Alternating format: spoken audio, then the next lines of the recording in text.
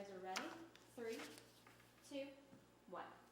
A knife attack on a college campus leaves 11 people hurt. Tonight we are learning more about the suspect and the officer who ended the ordeal. And 2 people escaped a house fire in Hepzibah, but their pets paid the price. We're hearing the reaction from one of their neighbors on Fox 54 News Now. Good evening, I'm Dejanique Garrison. And I'm Tim Bragg. First on Fox tonight, 11 students are on the road to recovery after an attack at Ohio State University. Now the suspect in all of this is dead after driving his car through a crowd of people and stabbing several. Mike Tobin explains why investigators are looking into possible connections of terrorism.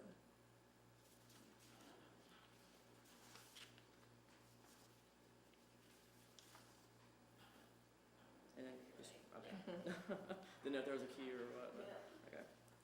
Moving to South Carolina, accused Charleston church shooter Dylan Roof will serve as his own counsel in the trial. The judge is allowing Roof to do so, but says it's unwise for him to do so. Last week, Roof was ruled competent to stand trial in the murders of 9 African-American churchgoers. This, as jury selection, started today. Roof faces 33 federal charges, and prosecutors are seeking the death penalty. Also, former police officer Michael Slager will take the stand in his own defense when his murder trial resumes tomorrow. Slager is expected to give his testimony of what happened the day he shot and killed Walter Scott. Earlier today, some of Slager's former officers took the stand for the defense. Some were questioned about the use of deadly force in Scott's shooting. The case is expected to go to jury later this week. And the man accused of killing a Florida priest is expected back in Burke County Court this Friday. Stephen Murray is currently scheduled to make an appearance in court Friday, but his lawyer tells Fox 54 it could be postponed. At Murray's last appearance in court, he pleaded not guilty. Now, Murray's attorney said he should know by Wednesday or Thursday if the hearing will go on as scheduled.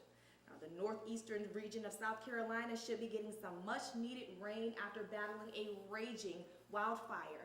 The National Weather Service says there's a chain of rain through Wednesday, and this could help crews fight the Pinnacle Mountain wildfire. The fire started a few weeks ago and has burned about 16 square miles, and so far it's 50% contained. Speaking of rain, it is much needed here in the CRSLRA. Absolutely. So definitely, so we want to get a first check of that forecast.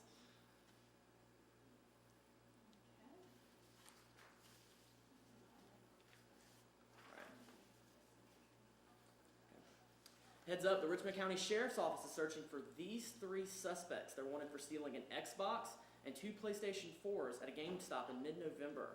They say the suspects drove off in a silver minivan. Anyone with information is asked to call the Richmond County Sheriff's Office. Now some sad news out of Richmond County. Investigators say an early morning fire that killed more than a dozen pets started with electrical issues at the home.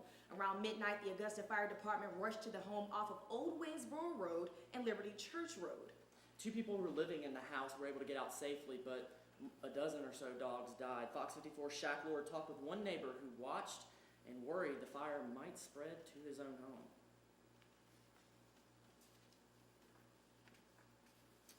Now, if you want to help the family and make a donation, you can do that by contacting the Red Cross.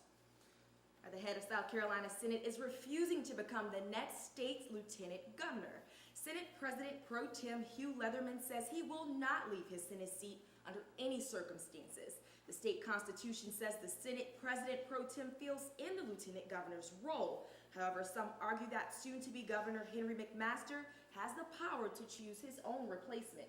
A lot of shaking up going on in South Carolina. Definitely a lot of shaking, a lot of stirring. Well, coming up, a not-so-good idea forces one ice skating rink to close down.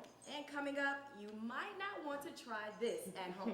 Plus, one reindeer ditches Santa Claus to get a job at Domino's. We'll talk about his career choices coming up on Fox 54 right after this.